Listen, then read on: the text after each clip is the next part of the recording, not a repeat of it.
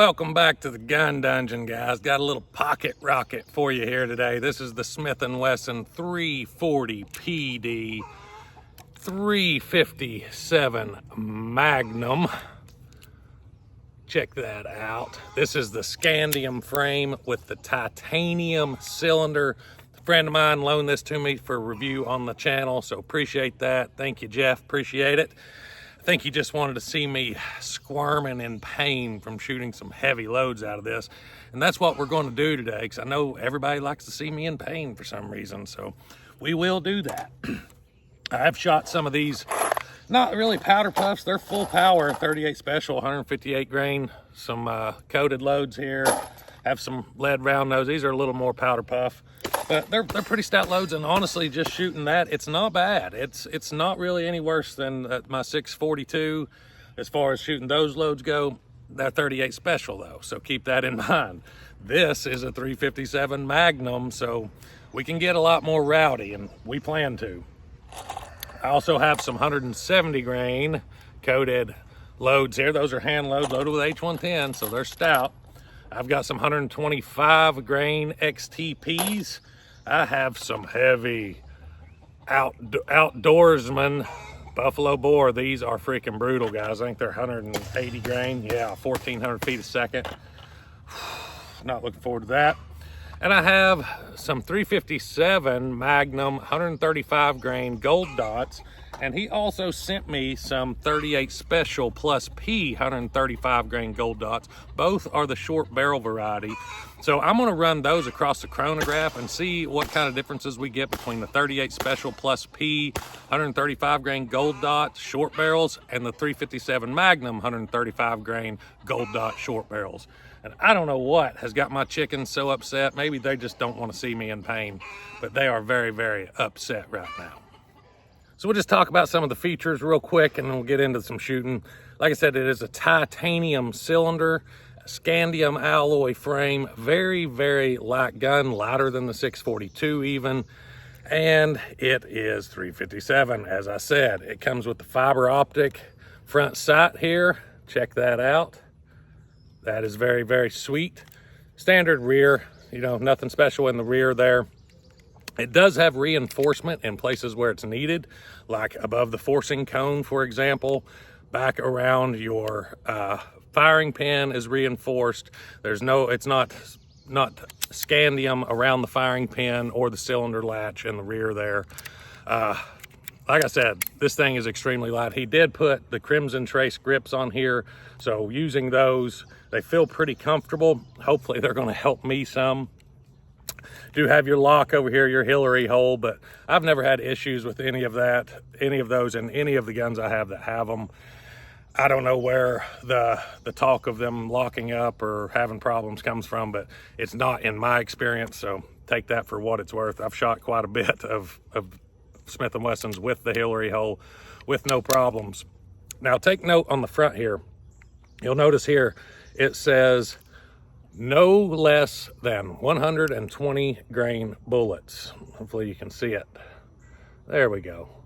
Now I did a little bit of research here, and the best that I can find is that Smith & Wesson claims that in the Magnum loads, less than 120 grains, 110 grains or whatever, leave the barrel so soon that the unburnt powder is left over, and is supposedly the unburnt powder or the powder burning coming around the cylinder is supposed to be hard on the exotic metals. How true that is, I don't know, but it's on the gun, so apparently they know something, or they wouldn't have put it on there.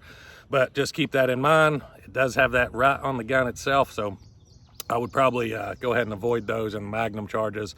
Maybe finding 38 specials, not for sure. But let's go ahead and run these 357 Magnum gold dots and the 38 special gold dots over the chronograph and see what kind of advantage we get going to a 357 Magnum as opposed to a standard 38 special 642 or what have you. So hopefully you can see, I'm not very good at this a lot of times. That is a 38 special plus P, and it is the gold dot short barrel. Let's run those first and see what we get. Error. So that's nice. Let's try again. 701. 687. 759.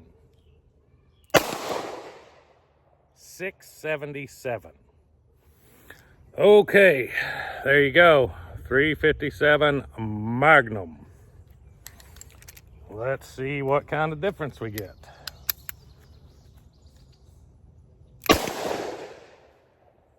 $9.47. Error. So we're right on par, and I can feel a difference. $9.86. $9.91. $9.38. That was a pretty significant difference in my opinion. 38 Special Plus P short barrel up to the 357 Magnum. Pretty big difference. You're looking 220, 230 feet per second, somewhere in there. I didn't do the math, but just guessing. Definitely a difference. I know 38's had a 7. The 357's had a 9. So now we're gonna run some hand loads, 125 grainers. I'm just gonna shoot these, give you my opinion on them. We'll run all this stuff over the chronograph here at the end, just kind of see what we're getting. But I just want to get a feel for this thing and let y'all watch me suffer a little bit. I'm just gonna shoot 3 of these suckers. These are 125 grain XDPs loaded with H110, so they're gonna be pretty strong. Oh yeah, baby. Ooh. Oh wow. Wow.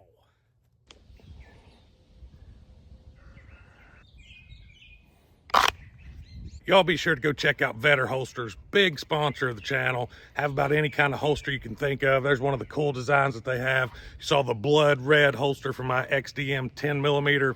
They make a holster for just about any gun out there. A lot of the 10mm stuff. I use their light tuck. That's about all I use anymore for inside the waistband stuff. Great products, great company. Check out Vetter Holsters. You all be sure to go check out Target Sports USA. They're a big sponsor of the channel now. And if you use my link below, you're going to get a free gift at checkout with your purchase. Their Ammo Plus membership is a great value. If you shoot very much at all through the year, it's going to pay for itself in no time and then some. Be sure to check out Target Sports USA.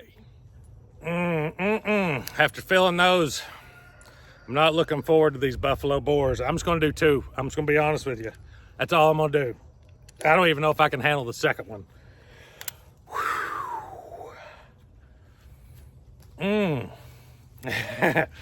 Whew, it ain't no joke.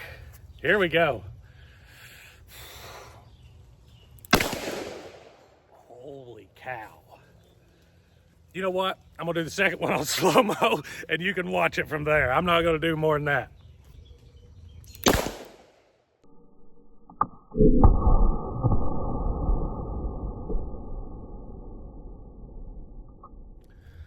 Maybe this will give you an idea how hot those loads are. They don't want to come out. Let me get a little something here. There we go. Boys, that ain't no joke. That is the hardest recoiling revolver I've ever shot. Not a question about it. With those loads anyways. That was freaking brutal. Forgot I had these 170s left. I'm stunned too.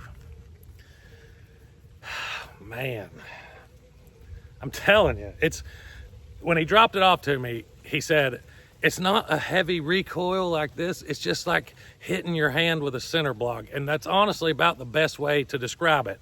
Maybe like holding your hand up like this and somebody smacking you in the hand with a ball peen hammer or something. Maybe that's a good way to describe it. Oh. Ah.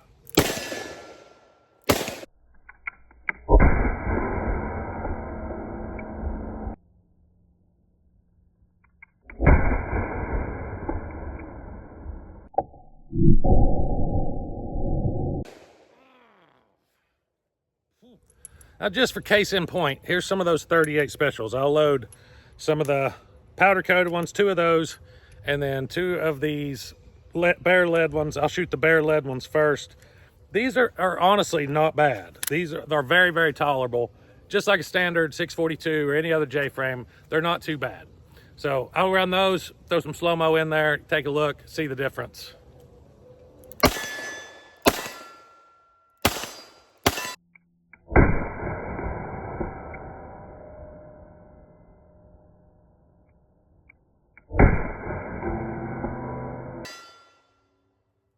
Very, very tolerable. Not bad at all like that.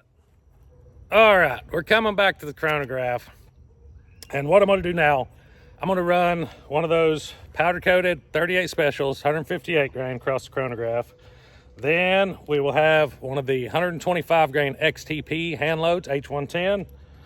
And then we will have the 170. I know I've got to shoot another one of those. And the 180 Buffalo Bore. That'll be the last one.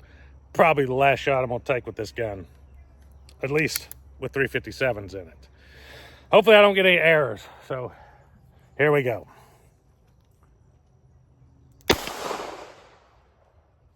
.544 with the 38 special. I guess it is a powder puff.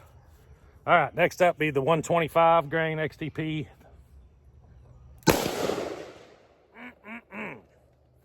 1210, 125 grainer. Well, that's a handful. That is a freaking handful.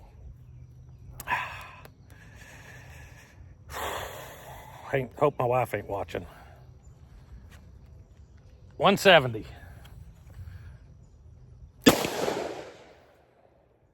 851. I think that 125 was actually a little worse on the recoil. I know this next one's definitely the worst. 180 grain Buffalo Bore.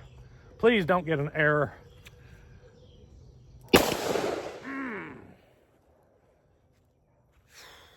1195. That hurts. Said last shot, but I also said with 357s. So I have 38s loaded up here. We have got a little bit of blood coming. I don't know if you can tell. My hand is beat up pretty good. It's sore. I'll just go ahead and tell you, it's sore. And I'm gonna try, I've not tried it. I have no idea where it's hitting, but we're gonna try to go up here. See if I can get on target. Maybe I can, maybe I can't. We'll see.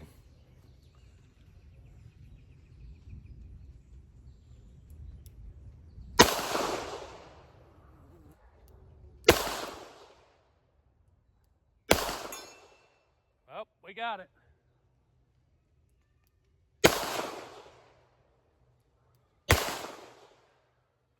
Shooting right around it, all over around it. So this sight really doesn't lend itself for accurate long range shooting, but it's a snub nose. It's not supposed to be for long range shooting, but it is what it is, guys. And if I can hit it once, never shooting up there before, not even knowing where the hold is, and then the rest of my shots going all around it, I'm pretty confident in saying it's a very accurate little handgun. So overall thoughts on this little sucker. I like it, believe it or not.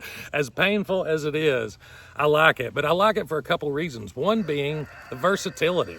I mean, think about the range that you can go with this, from powder puff 38 specials all the way up to 180 grain Buffalo Bore, gas checked Hosscat rounds that are shooting 1,200 and some feet a second from this little thing. That gives you a lot of versatility. I mean, you could carry it in a pocket gun just with some 38 specials, the plus P.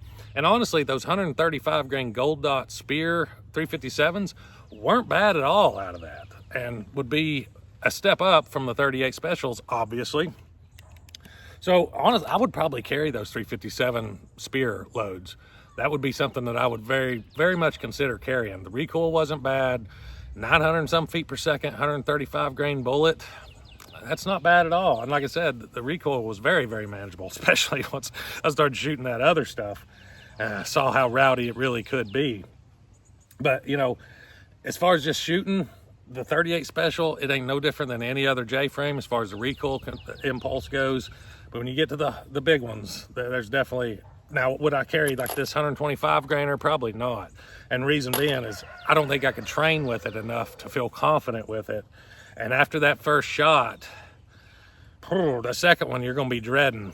But, you know, if it was forced into a roll, say, you know, that's the gun that you had, and that's the only gun you had, and you're going into the woods somewhere where there's potential threats for larger animals, you know, you could load that up with some of those hot 357s. It wouldn't be ideal on your hand, but in a life or death situation, that's what you got, that's what you use. And it would, as far as, you know, the terminal effects of it, you're going to get 357 Magnum power from this little tiny handgun. It's just going to kill on both ends. But, you know, like I said, if it's life or death, I don't think you're really going to be thinking much about that recoil until afterwards anyways. But that's what I got for you today, guys. I hope you enjoyed the video. If you did, don't forget to hit like and subscribe. And as always, guys, until next time, stay tuned.